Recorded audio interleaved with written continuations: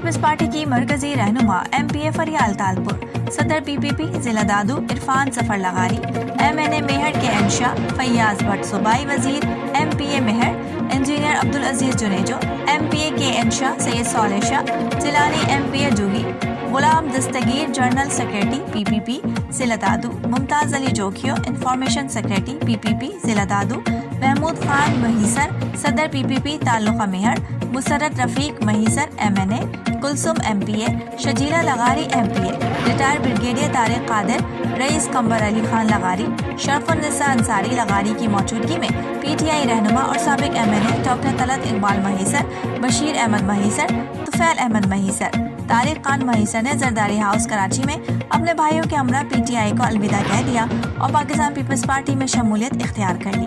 Bureau chief یار محمد بروہی۔